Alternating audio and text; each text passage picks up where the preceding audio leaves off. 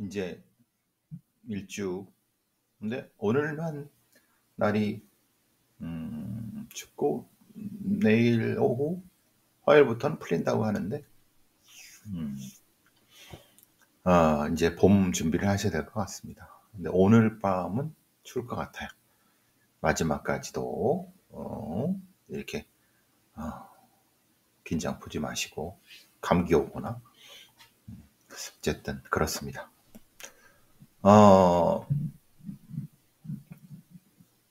이 알 수 없는 이유로 남편을 살해한 베트남 결혼 이민자 여성, 뭐 이런 얘기가 나와요. 글쎄요, 이걸 뭐라고 해야 되나. 그러니까 지난해 9월에 경기도 화성에 있는 자기의 집에서 이 베트남 결혼 이주민 여성은 40살이고요. 남편은 50이에요. 명치 부위를 이제 흉기로 찔러서 살해를 한 건데, 결혼 이주 여성, 베트남 결혼 이주 여성은 나이 차이가 10살이니까 10살은 크게 나이 차이가 난 것 같지 않죠. 예전 같으면은 아시다시피 예전이라고 하면 우리나라에 소위 매매혼으로서 우리나라에 들어오는 베트남 여성들의 나이 차이가 뭐 최소한 15, 많으면 20살까지 차이. 근데 사회적 문제가 많이 됐었고 그런 상태에서 그 뒤에 나이 차이가 이제 10살 뭐 안쪽으로 줄어들기도 했지만, 그렇게 된 이유는 사실 중국도 역시 베트남 여성의 매매혼이 심하기 때문에 중국 쪽으로 돈을 많이 가는 것 같아요. 그래도 한국 쪽에도 베트남 쪽에 오는 결혼 이주 여성들이 있는데, 그러니까 이제 여기에는 여러 가지가 이유가 있을 겁니다. 사실 뭐 베트남에서 여기까지 오면은 엄청나게 먼 거리를, 그것도 자기 혼자, 여러 가지가 이유가 있겠죠. 원래부터 정신병이 있을 수도 있고, 아니면은 다른 어떤 이유도 있을 수 있는 건데, 이제 저는 이제 범죄의 측면에서 이렇게 보게 된다고 하면, 글쎄요, 생각해 보시면, 근데 이 사람이 징역 3년을 선고받았어요. 그리고 2019년도에 상세불명의 비기질성 정신병이라고 진단을 받아서 입원 치료를 했고 집안에서 생활을 했어요. 그러니까 말하자면 심신미약이 인정받은 거예요. 심신미약 인정받아서 3년이에요. 그러니까 근데 모르겠어요. 그러니까 이걸 정확히, 그러면 만약에 아주 안 좋은 상태로 나쁜 의도를 가지고 판단을 한번 해보자. 그러니까 나쁜 의도라고 일 수 있다는 가정하에서 한번 판단을 해보자. 예를 들면 베트남에서 온 결혼 이민 여성이 있는데, 실제로 이 50세의 남성은 재산이 좀 있다. 뭐 많지는 않지만은 뭐 어쨌든 있다고 치고, 그래도 뭐 아파트 하나에 뭐 집에 사업체 있고 그러면은 그래도 뭐 10억 매덕 넘게 있을 수 있다고 치고, 그런 상태에서 아예 남편을 죽일 생각을 가지고, 그래서 재산을 강취할 생각을 가지고, 왜 그러느냐 생각해 보시면은, 물론 나이가 좀 있을 수 있지만, 예를 들면 아이가 있을 수 있죠. 그러면은 남편이 죽으면은 그 재산은 당연히 아이한테 가겠죠. 아이가 아직 미성년이고, 근데 당연히 그것은 이 친권은 누구한테? 당연히 엄마한테 가겠죠. 근데 엄마가 이 사람을 자기 남편을 죽였어. 아버지 죽였어. 그러니까 실제로 재산을 노리고 살해를 했는데, 애초에 작정을 하고 정신병원에 가서 미친 척하고 있다가 기록을 남기고 그 다음에 남편을 죽였다. 그리고 나서 3년 동안 뭐 당연히 뭐 저기 교도 생활을 하고, 물론 당연히 감형이 될 수도 있고 치료가 뭐가 될 수도 있고, 나온 다음에 그러면 그 재산의 문제가 어떻게 되죠? 그러니까 이런 면에서, 물론 이런 상태라고 하면 친권을 박탈할 수도 있습니다. 왜냐하면 당연히 그러니까. 근데 그렇다 하더라도 이건 좀 애매한 부분이 있죠. 그런데 이건 제가 그냥 한번 그냥 추정한 겁니다. 그게 아니라 실제로 정반대의 경우도 있을 수 있습니다. 뭐냐면 베트남 여성이 와서 생활하는데 여기서 우울증과 외롭고, 그래서 정신적으로 힘들어서 정신병에 걸렸다. 근데 남편이 치료도 안 해주고 베트남 보내지도 않고, 그래서도 악화돼서 했다. 뭐 이렇게 이건 뭐 이렇게 설명도 된 거예요. 그러니까 범죄를 분석하고 그의 어떤 동기를 찾는 부분은, 근데 이게 생각해 보면 이걸 수사하는 경찰이 있다 치자. 근데 경찰이 보니까 이 여자가 3년 전에 이미, 아니 2015년 5년 전에 6년 전이군요.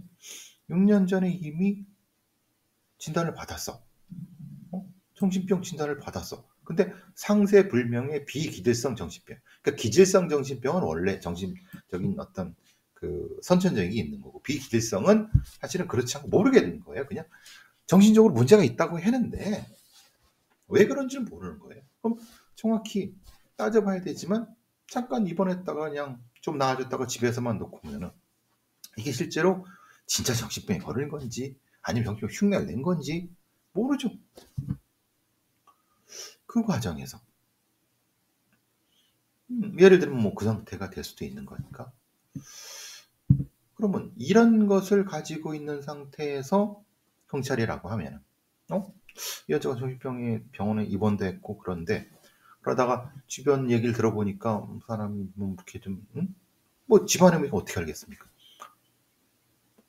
그러다가 찔러서 죽였는데, 그러면 경찰이 이걸 면밀히 수사를 해서 이게 진짜 정신병인지 아닌지 찾아내겠다, 계획성이냐, 이러겠습니까? 아니면 뭐 보니까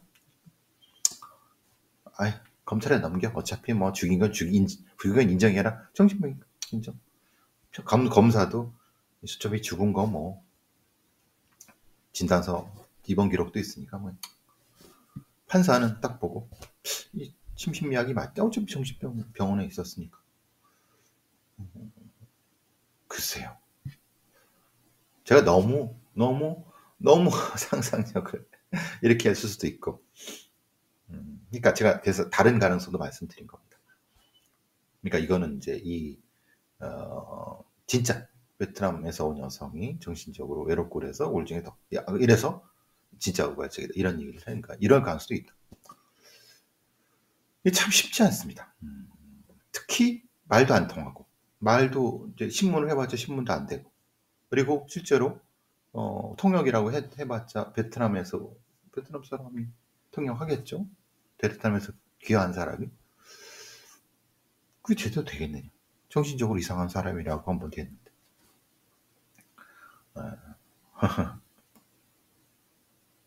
뭐가 정의일까요? 이거를 찾아갖고 다 이게 정의겠죠. 근데 정의의 동력이 없는 겁니다.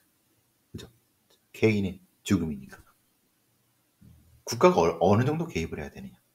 그러니까 여기서 국가라고 하는 것이 추상적인 국가로서 경찰 수사관과 검사로서 그 국가를 대신하는 검사가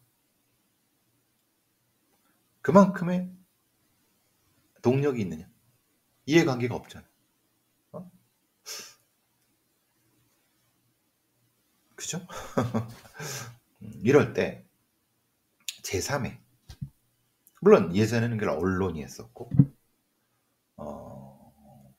그리고 또 미약하지만 시민단체, 예를 들면 이런 부분을 정의를 지키는 시민단체가 좀 이상한 부분 다시 한번 검토. 이런 부분에 있어서의 어떤 영역이 좀 있어야 된다. 그래야지 정의라는 것이 촘촘한 것이지. 국가가 지켜주는 정의. 국가가 외면하면 어떡하죠? 외면해 왔잖아요. 모르겠어요. 이 재판부가 3년형을 내린 이유는 심신미약 그리고 범행인정 반성. 범행인정 반성도 이상하죠. 본인이 미쳤는데 뭐 죽였어요. 반성하지 반성이. 여러분 생각 어떠십니까? 모르겠어요. 저는 잘. 자, 성희롱 피해를 신고한 직원을 해고해버린 사회복지법인.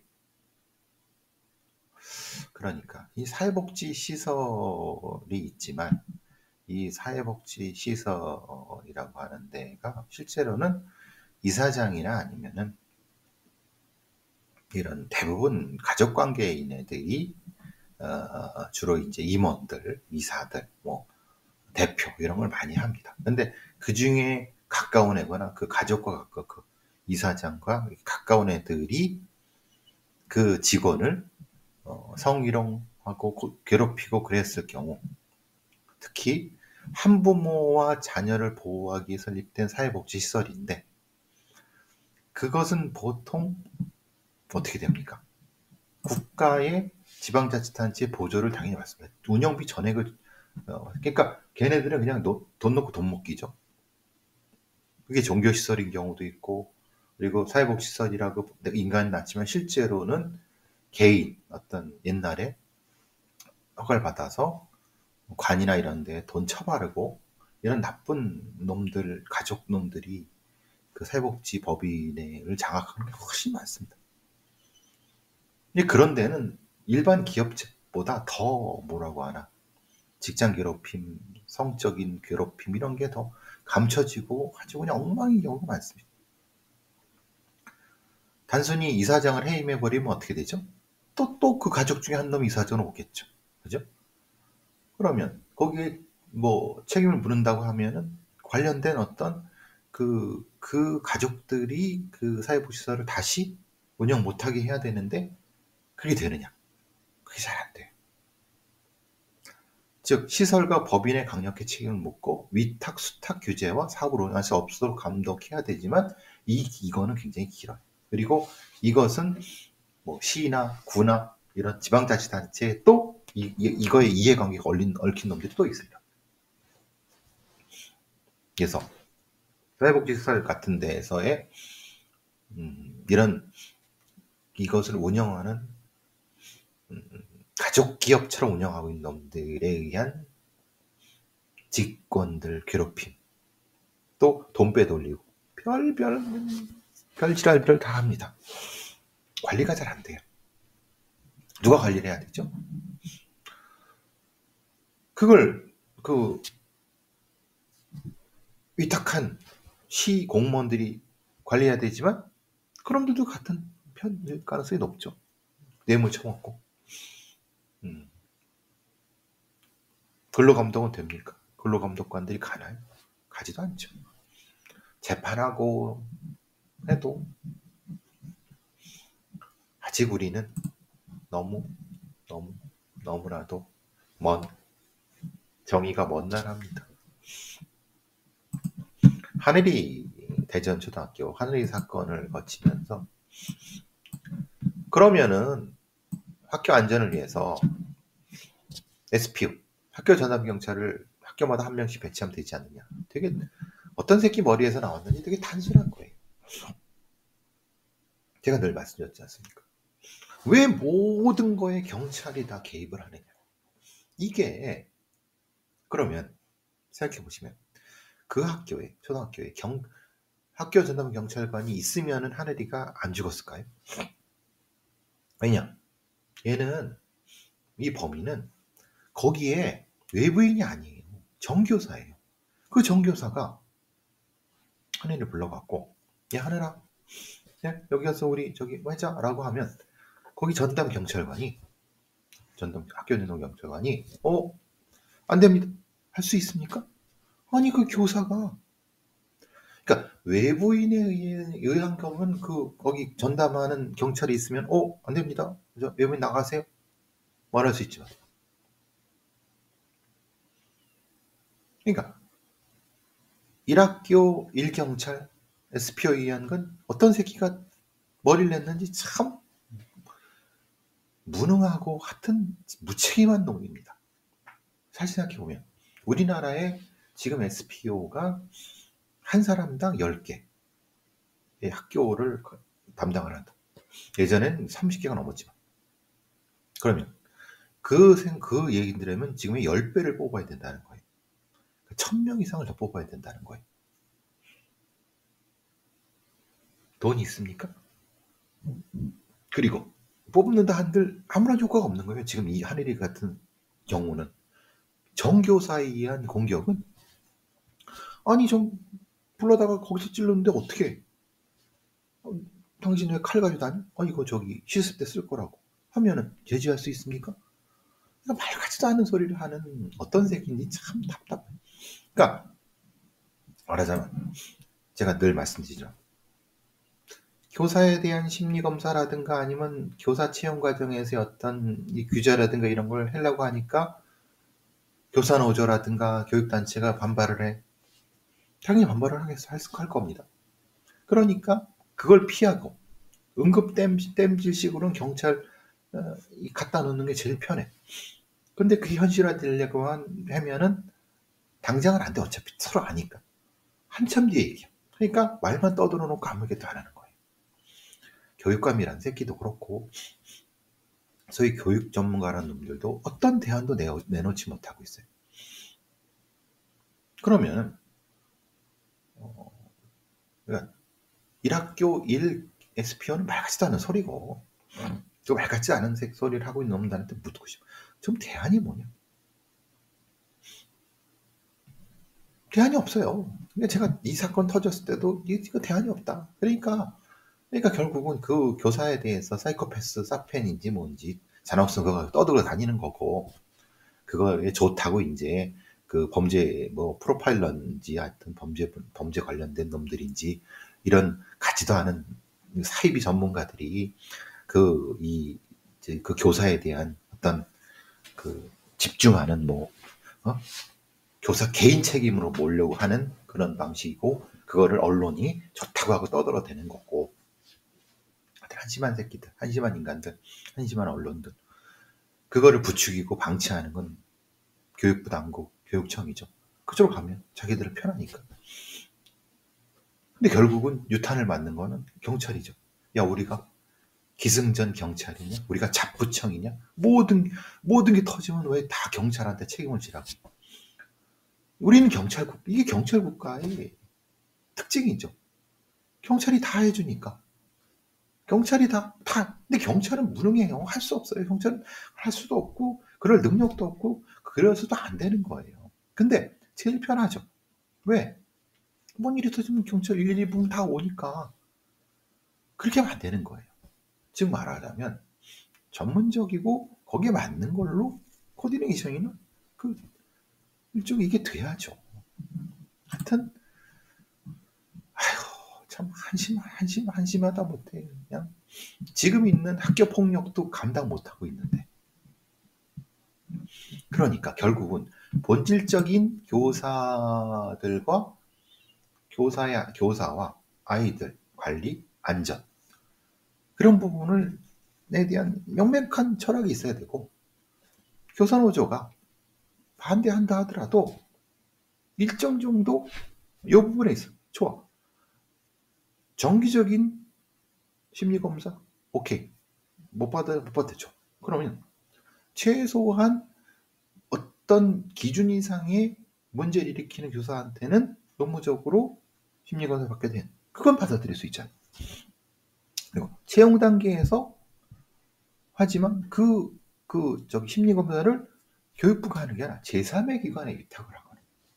그게 제가 계속 말씀드리는 게 이게 이제 국가과학수사위원회라든가 그래서 아니면 심리검사라든가 이거를 의사들이 아니라 또 이 의사들도 참 답답한 지들이 책임지기 싫으니까 이제 손 빼는 거죠. 그러니까 이런 게 얘기가 안 되니까 결국은 또 헛바퀴 도는 거예요. 제발 좀 정신 좀 차려라. 정신 좀 차려라. 자, 그래요. 교사의 80%가 88%가 주기적 정신건강 검사를 반대한다. 편견이 강하다. 맞습니다. 그런데 그럼 대안이 뭡니까? 교사노조연맹이든 뭐든. 예? 당신들은 설문조사를 통해서 동의하지 않는다고 했어요. 그러면은 당신들이 그럼 대안이 뭐예요? 근데 이 사람들은 대안은 교육부에서 내야죠 라고 해버리는 거예요. 근데 교육부는 교사노조라든가 이런 데만 눈치 보고 안 되는 거죠. 그죠? 그러면 뭔가 책임성 있게 뭘 해야 되는 교육부는 뭘 하고 있냐? 아무것도 안 하고 있죠. 그죠? 물론 아까 설문조사에서 가장 실효성 있는 대책이란 것이 어떤 전조 증상이 보일 때 교육당국이 직권으로 분리조치 후 진료 의뢰라고 하는 것이 가장 높았다라고 하는데 문제는 여기서 이 교사노조 애들도 얘기하는 게 교육당국이 여기서 교육당국이라는 게 뭘 얘기하는 겁니까? 여기서 교육당국이라는 것은 기본적으로 교육감이겠죠. 교육감 대신에 교육청 장학사겠죠. 장학사가 와서 뭐가 이상한데? 직권. 근데 걔는 전문성은 있습니까? 전문성이 없잖아요. 걔가 그럼 직권으로 야 나와 라고 한들 듣겠습니까? 그러면 그 전문성을 보완할 수 있도록 교육청 내에 이걸 판단할 수 있는 커뮤니티가 만들어야 되겠죠. 신속하게. 그렇죠? 이 동영상을 찍고 이 상태에서 와서 불러갖고 착착 그럼 여기서 딱 그리고 즉시 분리 이렇게 돼요.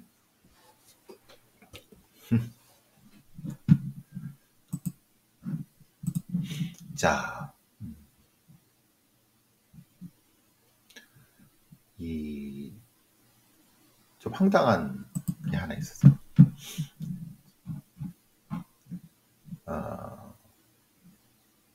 광주에서 4층짜리 빌라에 두 세대에서 불이 났어요.